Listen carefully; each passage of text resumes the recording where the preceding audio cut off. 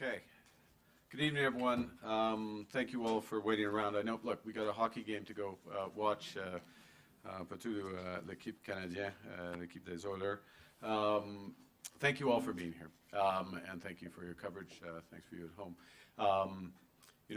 As I said, I guess yesterday morning, reminded that it was 50 years ago that the G7, or the advanced nations, leading advanced nations that became the G7 got together amidst economic upheaval, stagflation, conflict in the Middle East. Sounds familiar. And they formed what became the G7 with a mission, and when they met in Rambouillet, France, it wasn't a mission to preserve the old order, but to build a new one, one that could withstand shocks, deepen integration and cooperation, and really deliver prosperity for all citizens. And it's a reminder that nostalgia isn't a strategy. We have to change. And at this moment of transformation, we must turn the many challenges into change. We know there can't be security without economic prosperity, no true security without economic prosperity, but also no prosperity without resilience. We're in a world where shocks are flowing across borders, whether it's through climate change, whether it's through conflict, and we know that resilience is built through a combination of tough choices at home and smart cooperation with like-minded countries abroad. And that, in a small way, but building from that, is part of the objective of these meetings. This G7 is to begin to build that new era of cooperation, one that promotes long-term resilience over short-term efficiency. Now, le progrès réalisé à Kananaskis ne marque pas la fin de notre travail. Now, this, of course, is not the end of our work. Rather, it is merely the start. We've had conversations over the last couple of days that were highly productive. We had 21 leaders over the past few from days. All Canada continents. has worked with our G7 partners to determine where we can cooperate, build resilience and lasting prosperity. And that's the approach that Canada is taking as we negotiate a new economic and security partnership with the United States. And as I've stressed repeatedly, we will take all the time necessary to do that, but no more. And yesterday, President Trump and I agreed to continue to pursue those negotiations, intensify them towards a deal within the coming 30 days. And so the President and I, as well as our respective cabinet ministers and officials, will remain in close contact in the coming days to deliver on that timeline. Over the past days, also met with global leaders who will help determine what is success in the new global system that will emerge over time. And underpinning each of those discussions was, I stress, Canada's readiness to work to create new international partnerships to promote a world that's more secure, prosperous, just, and free. We're looking to deepen alliances with stable democracies who share our interests, our values, our principles, and who look to lead. We look to lead with many of the resources, including human resources and human capital, that the world wants and the values to which so many aspire. And it's those values of freedom, of democracy, and of justice that are behind Canada's unwavering support for a secure, a free and sovereign Ukraine.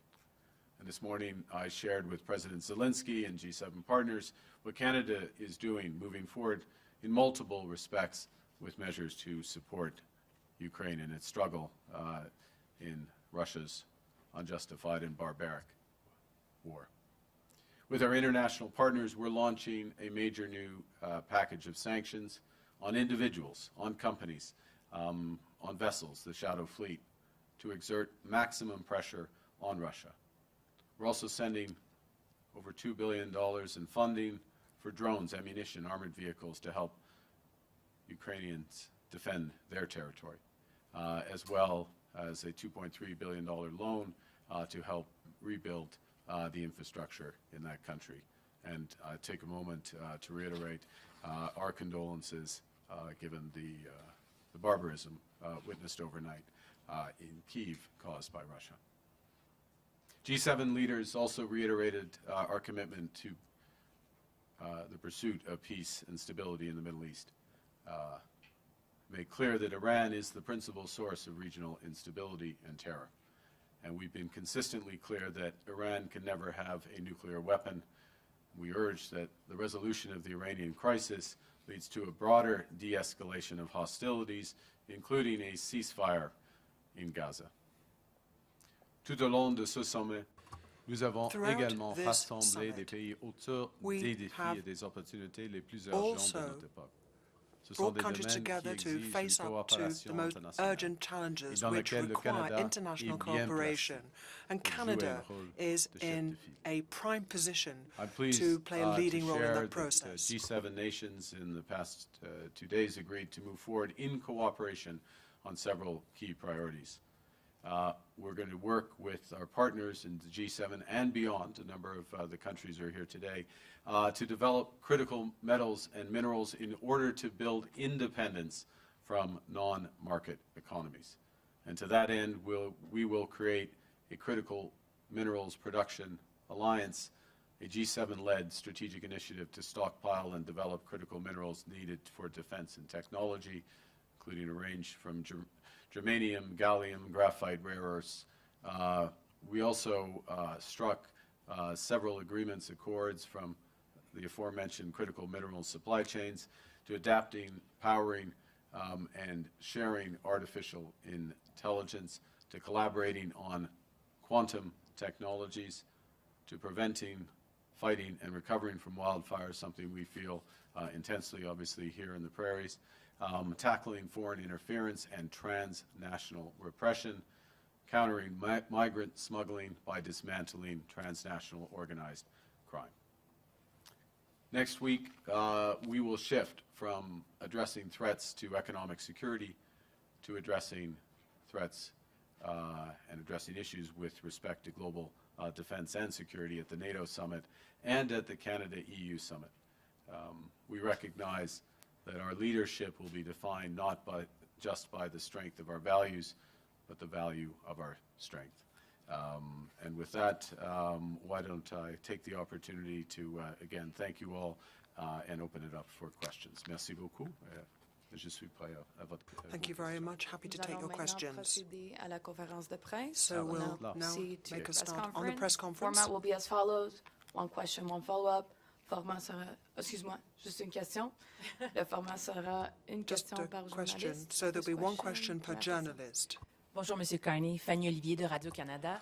Fanny Ali Quel from était le Radio problème Canada. avec la position What was the américaine problem qui a with the empêché US la position? signature d'une What déclaration was commune it sur that l'Ukraine? prevented you Aucun signing a problème. joint declaration on Il Ukraine? n'y avait aucun Prime Minister, problème. there was no problem. Il y avait No problem at all. une déclaration qui est au sein de We ma did sommaire du président du G7. Declaration, Mais a il y a- declaration Ça existe, from the ça president existe. of the G7. It Il y does avait exist. pour le moment hier soir parce que il y avait des Yesterday événements evening, of course, tragiques en certain sens tragic au events Moyen-Orient. took place in the Middle À ce East. moment-là, c'était dans un sens plus important And d'avoir so it was more une important, if you déclaration like, du G7 for us en to ce qui have a concerne G7 la declaration situation on the situation iranienne. Mais in Iran. il y a, ça existe maintenant, il y a And des right phrases now, dans ma there is some déclaration language here in my declaration. qui indique, j'en ai la version, je crois, I en think français. I have the Je French peux le version chercher, here. je peux le lire. Mais c'est Stay pas with signé me, par I les can look for it États-Unis, and I Monsieur can read it Carney. out for you. Les dirigeants Well, not du apparently in the G7 ont US, exprimé le Mr. soutien Carney. aux efforts du Leaders président Trump en faveur de expressed tout cela. Ça, support c'est une for his déclaration efforts. du G7. So this is a Nous G7 l'avons, declaration. nous sommes tout d'accord avec cette We déclaration. all agree with that Ok, declaration. c'est correct. Bonjour, M. Carney. That Mélanie is the Marquis, case. La Presse. Oui. Qu'est-ce que le départ du président Trump Good a afternoon, changé au Mr. Carney. sommet? Et par Mr. Trump's extension, qu'est-ce departure que ça from the summit, dit what did sur that le change G7, in le fait que terms M. of the Trump summit? And préfère what does aller that gérer say la about the crise summit? au The fact Moyen-Orient that Mr. dans la Trump would rather Situation go Room and plutôt manage qu'avec ses this partenaires. crisis in the Middle East in the Situation Room C'est rather than here with his difficile de partners. gérer Mr. Carney, une it's crise difficult. militaire. It's difficult to manage a military crisis. It's rather exceptional, of course. We're here in Kananaskis in Alberta. But in that situation, cette situation grave, it's a serious situation. Militaire, it's a military situation. Une situation très fluide, and it's also a very fluid and volatile situation. L'opinion de Mr. Trump, that was Mr. Trump's opinion.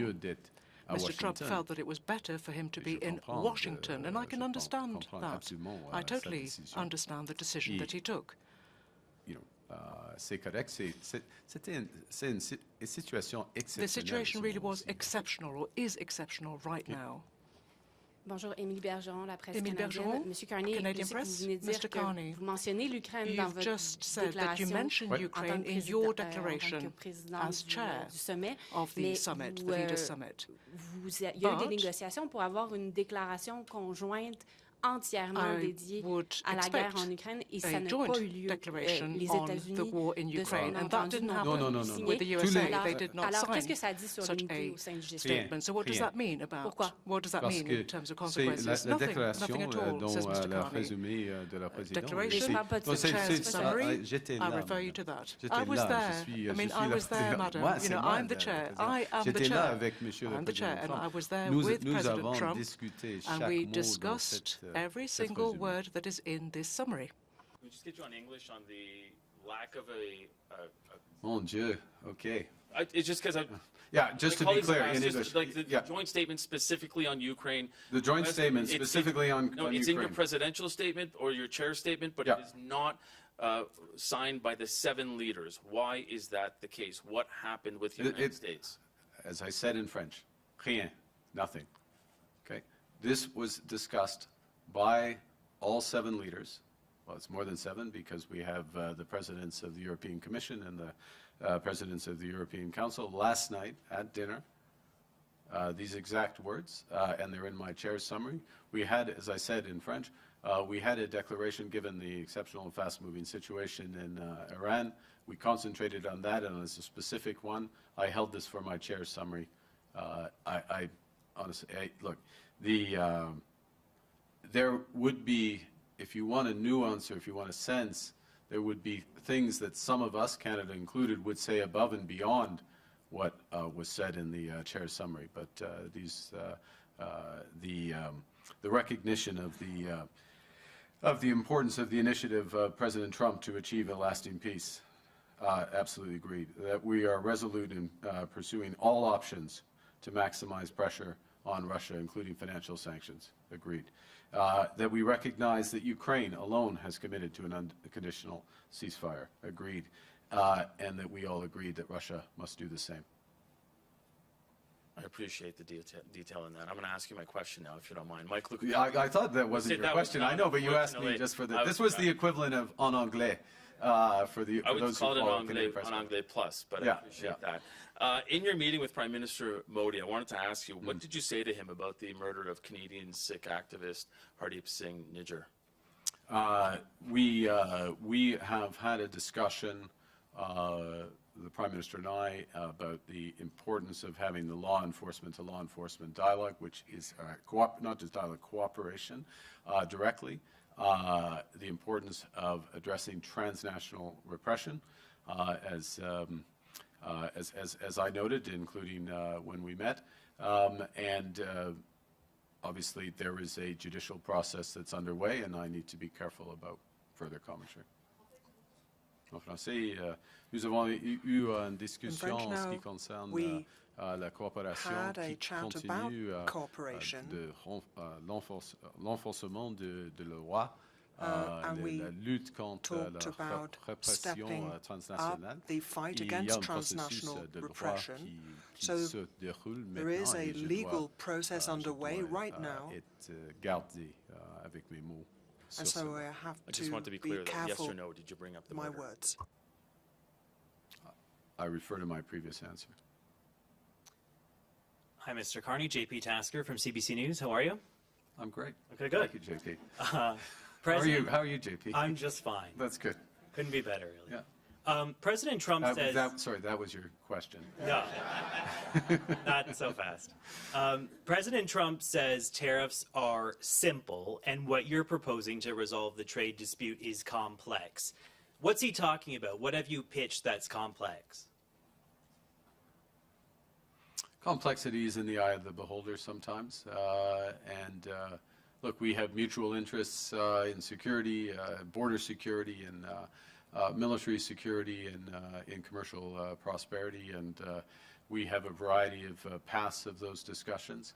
The Government of Canada is going to agree only to those things that are fundamentally in the interest of Canada. In many cases, there's alignment with the United States, but not all. And the discussions are continuing.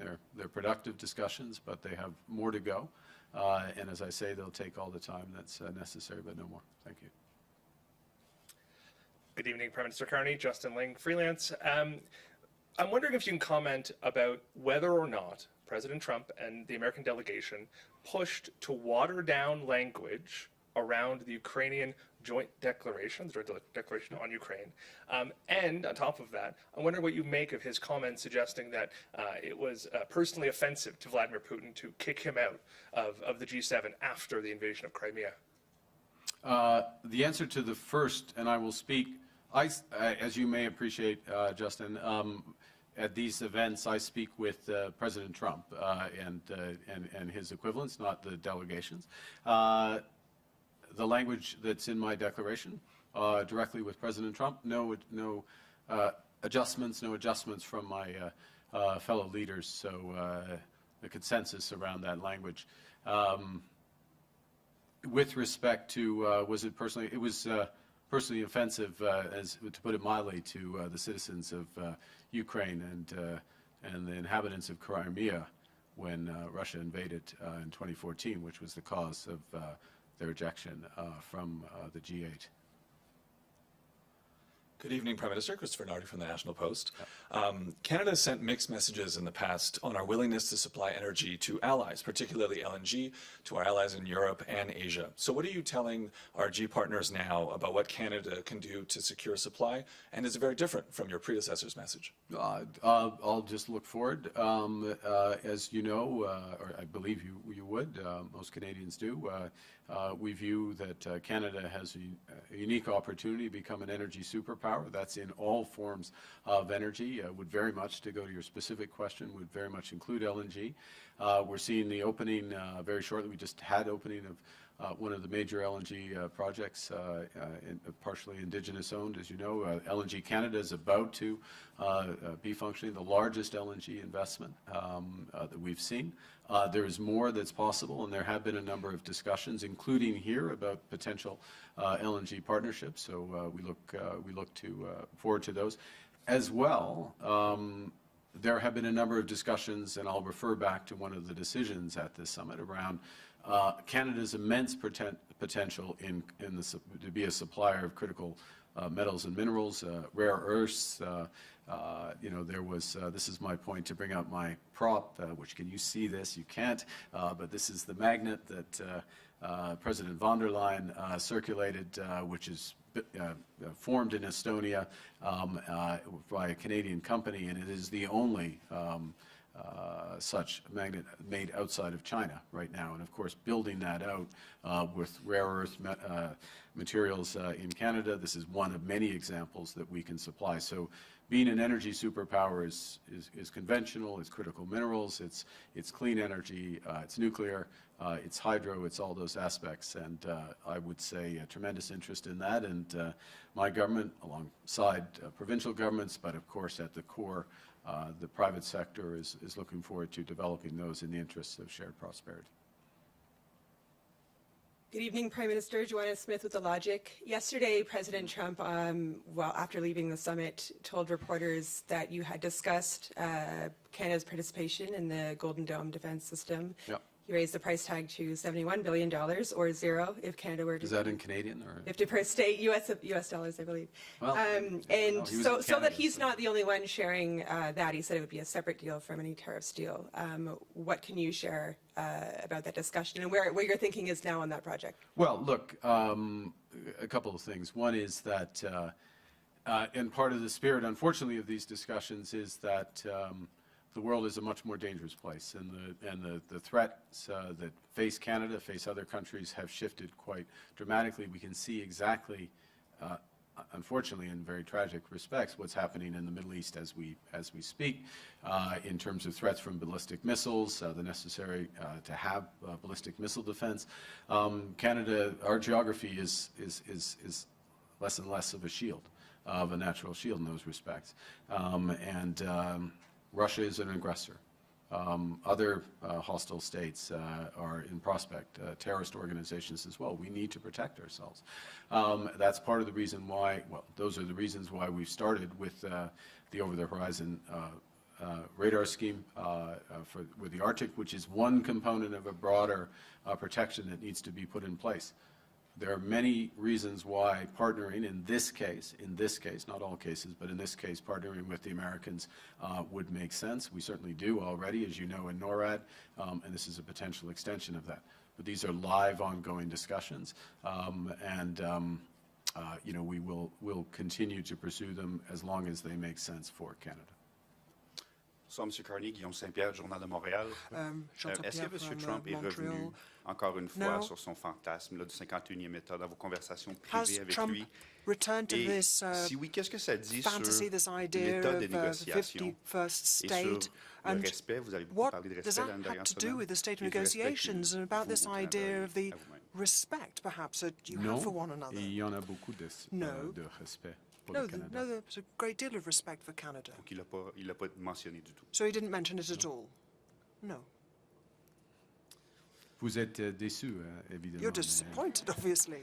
Okay. Hi, Prime Minister Brian Platt with Bloomberg. I wanted to ask about this 30-day window now that you've set up with President Trump. Can you explain, was this your idea for a 30-day window? Or are you trying to put a deadline in place?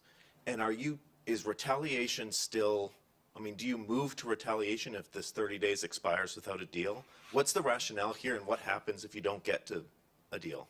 Well, look, there are many aspects of the relationship with the United States, and many of your good questions have touched on them, from security, border security, commercial, financial, otherwise. And we don't want to, with respect to the specifics around specific tariffs, there's a certain amount of information that's necessary. There's certain decisions that can be taken given that information, given the relative perspectives, and quite often in negotiations, having a form of deadline is helpful to concentrate the mind, and that can be the case here. The teams are working well. There's exchange of information, exchange of ideas, and having that focus will be helpful. What was the second part of your question? Retaliation. You have not retaliated the doubling of steel and aluminum. No, we have not yet. We retain the flexibility in order to do so, and we are looking, but I will say one thing which is related to that, which is we are looking very actively about the risks from third party or third country flows of steel, and mainly steel, but possibly aluminum, into Canada. And the need to provide protections from that. So we're looking at the modalities and ways of doing that, and we're very alive to that. That's the first. We're also, of course, looking to provide liquidity and other support to the firm. So, look, we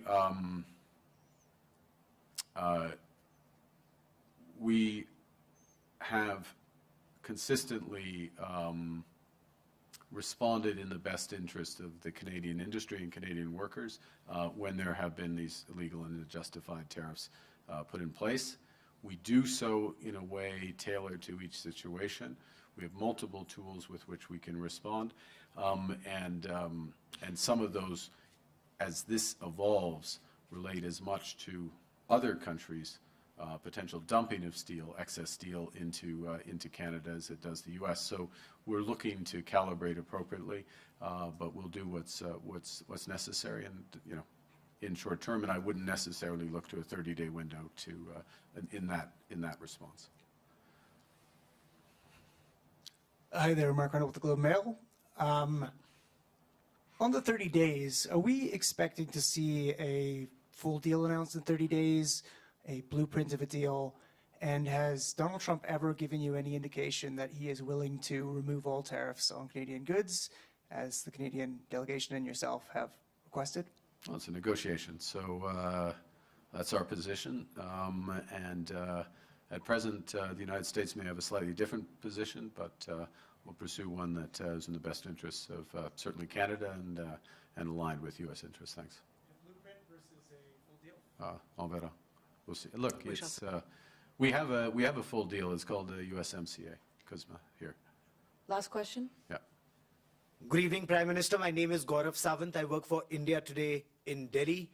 Your meeting with Prime Minister Narendra Modi, how would you describe that? And what are concrete steps that you and the Prime Minister of India discussed to take this relationship forward, that it reaches its true potential, sir?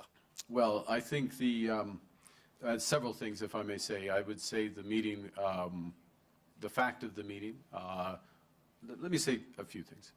First, just in terms of Prime Minister Modi's attendance at the G7. Prime Minister Modi has attended every G7 since 2018. That is a reflection of the size of the Indian economy, the dynamism of the Indian economy, Indian technology, the leadership position India plays in a host of venues from G20 and beyond. So as chair of the G7, hosting the Prime Minister in that context is entirely natural, entirely consistent. I fully expect the Prime Minister of India will be in attendance at the G7 next year, for example, in France. First thing. Secondly, in terms of the bilateral relationship, which is your question, I think the meeting today was important, but I would describe it as foundational, as a necessary first step, an exchange of views, frank, open exchange of views around law enforcement, transnational repression as two examples, an agreement to provide the necessary foundations to begin to rebuild a relationship based on mutual respect, sovereignty, trust. And that begins with what was agreed, you asked for concrete, which is that we will move to appoint high commissioners again. And let me just finish by putting that in context, which is there are very deep ties of people and businesses between Canada and India. It's well known. It's part of your point about where the relationship could go. And they are not served at present by consular services, in effect, certainly by high commissioners. And it's necessary to have that level of service as a basis on which to build out, again, in the context of respect for sovereignty and to begin to realize the potential of the relationship. And we will, we're both committed to work towards that, but there's a lot of work that will need to be done. Okay. Thank you very much. I'm going to close. I'm going to make one final comment, if I may. Just this is an ad-lib to the question you didn't ask. What was it like in the room? I'll just say this, having been at a number of summits, G7, G20 summits, just to give a bit of a flavor. The advantage of particularly the G7 is that there are only, oddly, 9 people in the room. Because of the 2 extra not extra Europeans, the right amount of Europeans, but there's 2 other Europeans. And there's 9 people in the room, and they're the principals, they're the leaders, and there is a great amount of direct dialogue and discussion, very frank exchanges, very strategic exchanges, differences of opinion on a number of issues, but from an effort to find common solutions to some of these problems. And that is particularly valuable, in my opinion, and I'm a new leader in this context. I have been around these things, but a new leader in this context, where we had several other new leaders, G7 leaders, because you're building those relationships, you're building those trusts. It will be very valuable, for example, next week when the core of the G7, which was the core of NATO, is together making major decisions on defense and security partnerships. And so the fact that at a time when multilateralism is under great strain, and I'm absolutely clear it is, that we got together, we agreed on a number of areas, the 6 related statements. We agreed on the perspectives on Iran, despite the impressive minutia questions, if I may, on the detail of words around Ukraine. Agreed on that aspect of maximum pressure in variable ways using financial sanctions. That's important and that's valuable. And so I want to just give you a bit of that flavor. And last thing, I want to pay tribute to our Sherpa, Cindy, for leading this great effort under challenging circumstances in terms of global events and just the nature of bringing it all together. And so now it's probably about 6:30. So I'm hoping when I walk off the stage, the oil is up by 1. At least, no. Okay, just keep me in the zone for a minute. Down by 1. Wow. Okay. Well, it's a long game. We're going to go to OT. Okay, thank you very much. Thanks for indulging my little soliloquy at the end. Merci beaucoup. Thank you very much. That is the end of the press conference.